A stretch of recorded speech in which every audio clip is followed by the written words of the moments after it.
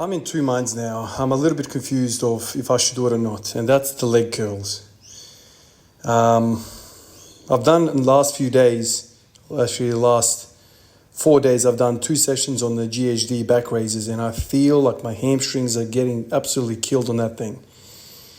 The leg curls, initially I felt relief to the groin pain, but now I feel like the GHD is that on steroids. Like the sensation that I get through my whole hamstring, glute complex, adductor complex is so much better on the GHD that it's not even funny. And I'm sitting here after doing a few sets, 3 sets on the GHD. I want to do more, way more. And I don't really know if I should just forsake some of those sets and do a little bit of leg curls as well. I don't know if leg curls offer anything to me. Obviously, if I think about the hamstrings, there is some hamstring. There is one hamstring. I'm gonna get screwed up here. Anatomy. It is the bicep femoris short head. I think that guy does not cross the hip joint, and so it only does leg flexion, knee flexion. It doesn't do hip extension. So most of the hamstring heads, which is the 3 other heads, they contribute to hip extension. And so when you do your GHD back raises, those guys get a workout. But if all you do is hip extension for your hamstrings, you are letting that bicep femoris short head not get any work at all, because that guy ain't working when you are doing hip extension. And so I'm sitting here, I'm like, the only really big reason that I started doing hamstring curls was because, I thought, I'm in groin pain, let me target the groin in some way. And initially, yeah, sure. The leg curls, they do all of the bloody muscles, all of the hamstrings. But when I do them, they don't feel like exhausted like they do when I do GHDs. So I'm like, do I give a few sets to the rectus femoris short head? Do I just completely forget about it? Is it a compulsory thing? I don't know. In my mind right now, I'm like, whatever. I'll do 3 sets, rep them out to like 20, 30 reps and move on. But this thing here, man, this machine, I'm so freaking glad that I bought it. I've spent months on end without using it. Now I'm back to using it because I'm being forced to, because of the pain. And now that I'm doing it, I'm like, this is a glorious freaking machine. A machine that I absolutely loved doing at the gym. And then I finally bought it and I freaking went nuts on it and I loved it.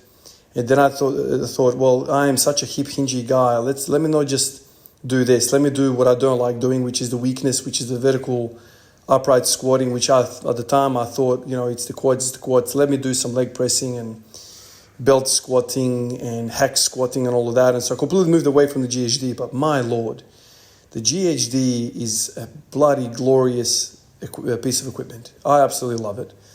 And I'm back doing it now. And now I'm doing it with even more of a vengeance than last time. Last time I just loved the sensation.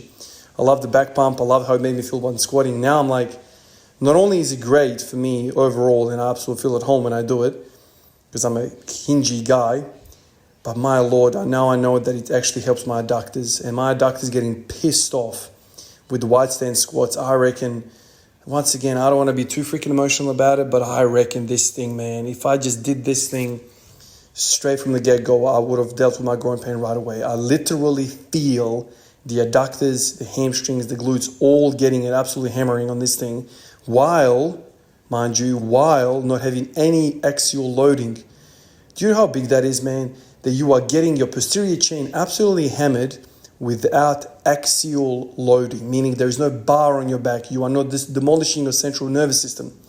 You are training the goal muscles of your body cheaply. Do you understand? Like axial loading, when you have bar on your back and everything's involved in your core and your CNS and all that stuff, your spinal cord is being stressed with weight on you.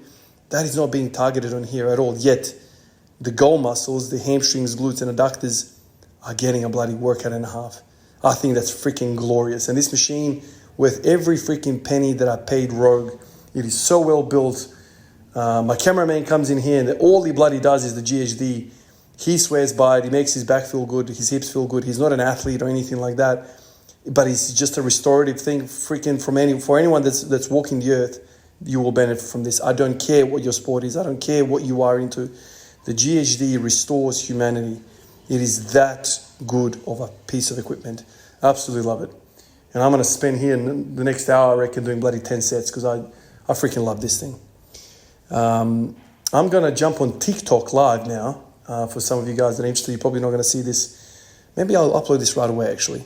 Yeah, that's what I'll do. I'll upload this right away. So when you hear this message, I'll probably be on TikTok doing my GHD reps and chatting to you guys in between. This is something I've been doing for the last week. I explained that I don't really want to do YouTube Live anymore because it demolishes the freaking channel. So might as well use another platform to do these lives. And I thought, whatever, I'll do TikTok, whatever, Instagram, TikTok. I'll do TikTok though. It was a kind of flip of a coin. I'll do TikTok and chill out with you guys if you rock up. If not, I'll talk to anyone that's there that wants to talk about lifting and whatever. Anyway, guys, appreciate you like always, and I'll catch you in the next one. Peace out.